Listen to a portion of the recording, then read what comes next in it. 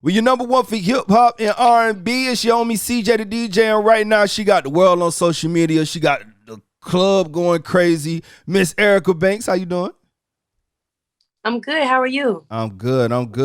You know, you've been working, man. I recently saw you out in Tampa this past weekend, Super Bowl weekend, man. You had the dancers busting it and all that, man. Like I said, I know things have been crazy for you. How would you describe the past year for you? I would say it's been fast. It's been really fast, and everything is starting to pick up. And now I'm just trying to get used to the new things, the new schedule, the new life. So, but it's been fun. It's been a journey. Yeah. I recently read where you actually prior to all of this picking up for you were actually in school to be a nurse. Yeah, Yeah. yeah. I was in college at Texas A&M Commerce for nursing.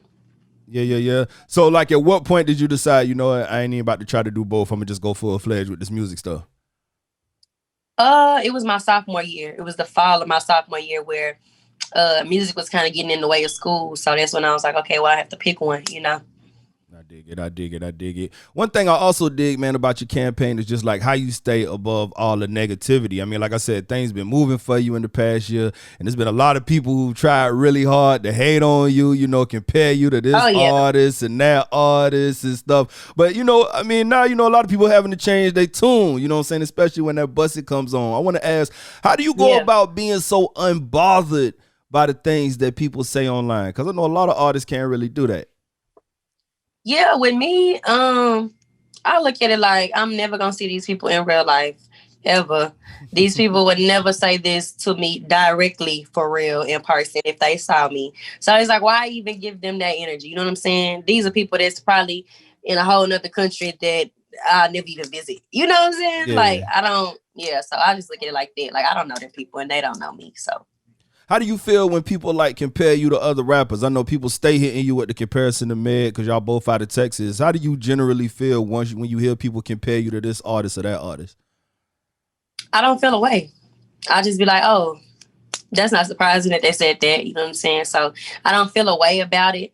That's why I can't even tell you how I feel about it because I literally and genuinely feel no way. Everybody is entitled to their own opinion. So, if somebody say this or say that, it's just like, oh, well, that's just how that person feel. I feel that. I mean, it's just, the things that come with the rise of females taking over the game, man. People still getting used to it. Would you say, Yeah. or who would you say, some female artists or just artists in general that influenced you to get into rap? I would definitely have to say Nicki Minaj for sure. I grew up on Nicki Minaj, Missy Elliott, love Missy Elliott, and those would be my top two. So Nicki Minaj and Missy Elliott definitely had a big influence, on me as an artist. Definitely two goats. So let me ask this, man. Being a female artist out of Texas, would you say that your city got on you before the rest of the country did? Or would you say that they didn't really start rocking with you as hard as they are now until you blew up everywhere else?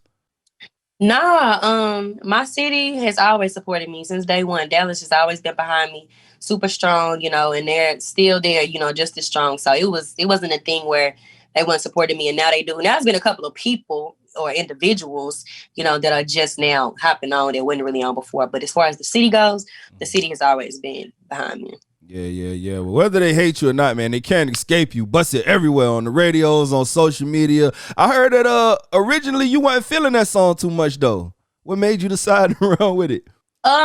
Shout out to Sergeant J who produced the record. He encouraged me to put it out. I told him I didn't really care for it, that I wasn't gonna release it. But he was like, no, you should put it out. And I let a couple of friends hear it, let my parents hear it, and everybody was like, no, like you should put this out. This is hot. So I was like, cool, I'm gonna just go with what everybody's saying, and I put it out, and it's been the best performing song. Straight up. And I mean, of course, a lot of that due to the Bust It challenge. I done seen grandmas busting it on the gram and everything. If Oh you yeah. yourself had to declare a winner or at least name your top two favorites, who would it be? My top two favorites would have to be Ruby Rose and Monica. Ruby Rose and Monica. I ain't even seen Monica, but oh yes, I did. Yeah, you did. Yeah, it is. She ain't busted. She had went into mama mode on her real quick. Yeah. I had to think about it like, wait, Monica's out here buzzing it? No, no, Hmm. no, no, no. Okay. I dig it, man. And I definitely appreciate you taking the time to check in with me. How can the people connect with you if they're not doing that already? They can follow me on Instagram at Real Erica Banks, on Twitter at Real Erica Banks, and all of my music can be found on all platforms under Erica Banks. Definitely, man. Y'all keep it right here. It's 94.1 The Beat.